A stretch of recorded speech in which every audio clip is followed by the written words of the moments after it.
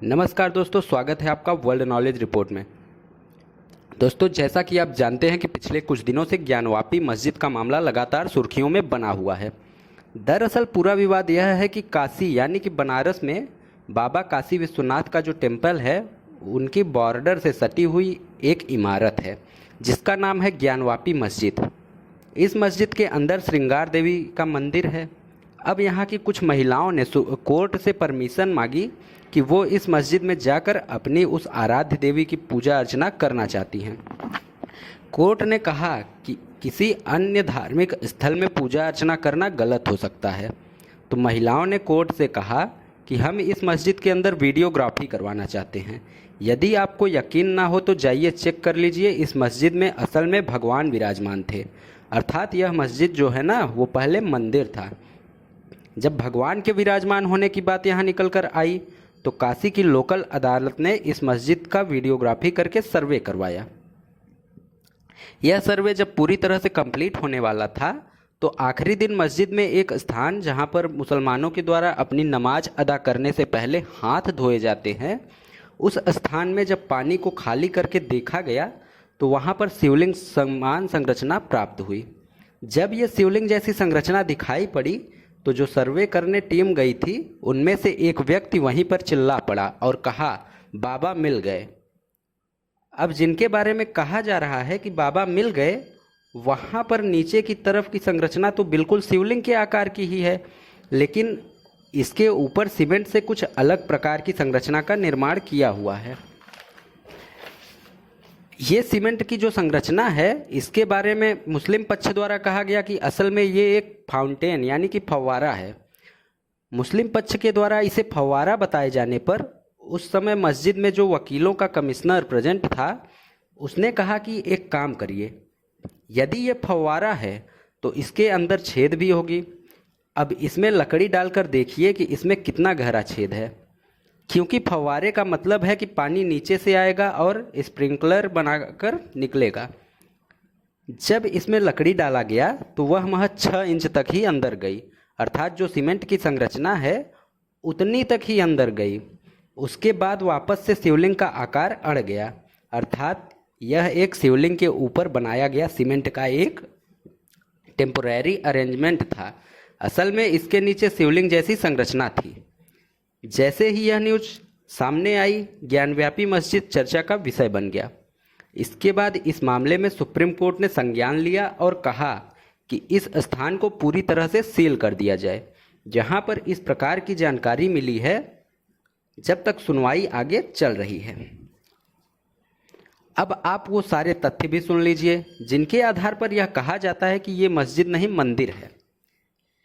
दरअसल point number 1 की बात करें तो पूरी दुनिया में एक भी ऐसी मस्जिद नहीं है जिसका नाम संस्कृत में लिखा हो, जबकि ज्ञानवापी शब्द जो है वो संस्कृत शब्द है। और पॉइंट 2 की बात करें तो दोस्तों, इस मस्जिद की जो दीवारें बनी है ना, इस प्रकार की दीवारों की संरचना केवल टेम्पल आर्ट में ही आज तक देखी गई है। यानी जो ये संरचना है, ऐसी संरचना सिर्फ मंदिरों की दीवारें में पाई जाती हैं। दोस्तों, तीसरे पॉइंट की बात करें तो आपने देखा होगा कि नंदी का मुख हमेशा भगवान की दिशा में होता है।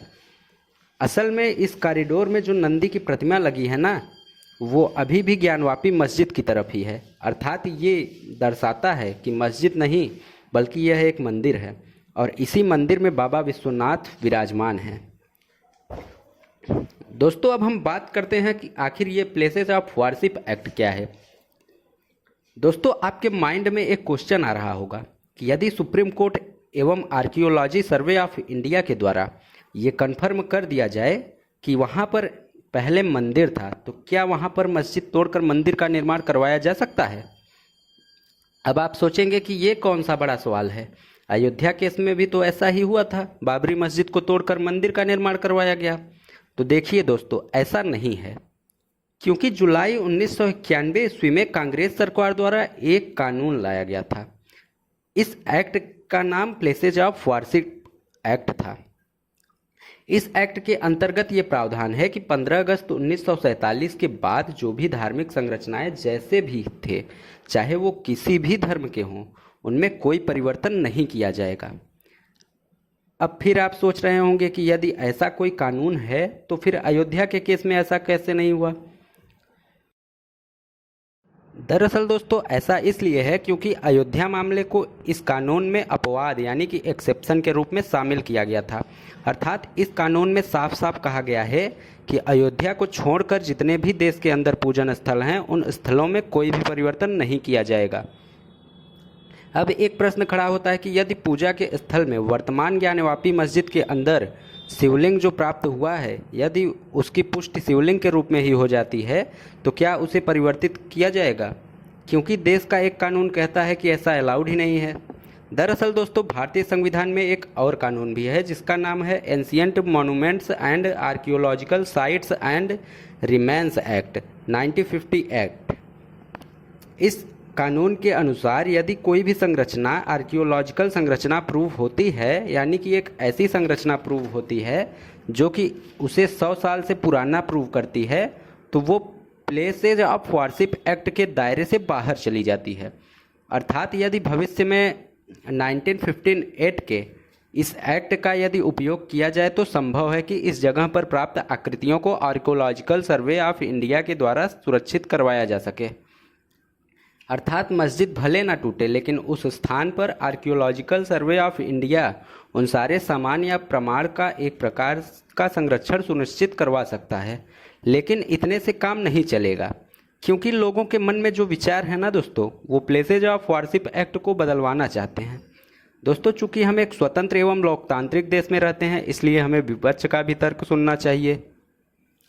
दरअसल विपक्ष अब यानी कि अपोजिशन का तर्क है कि देश में ये जो मंदिर मस्जिद का विवाद चल रहा है इसके पीछे बहुत बड़ा कारण है कि देश का ध्यान महंगाई से हटाया जा रहा है।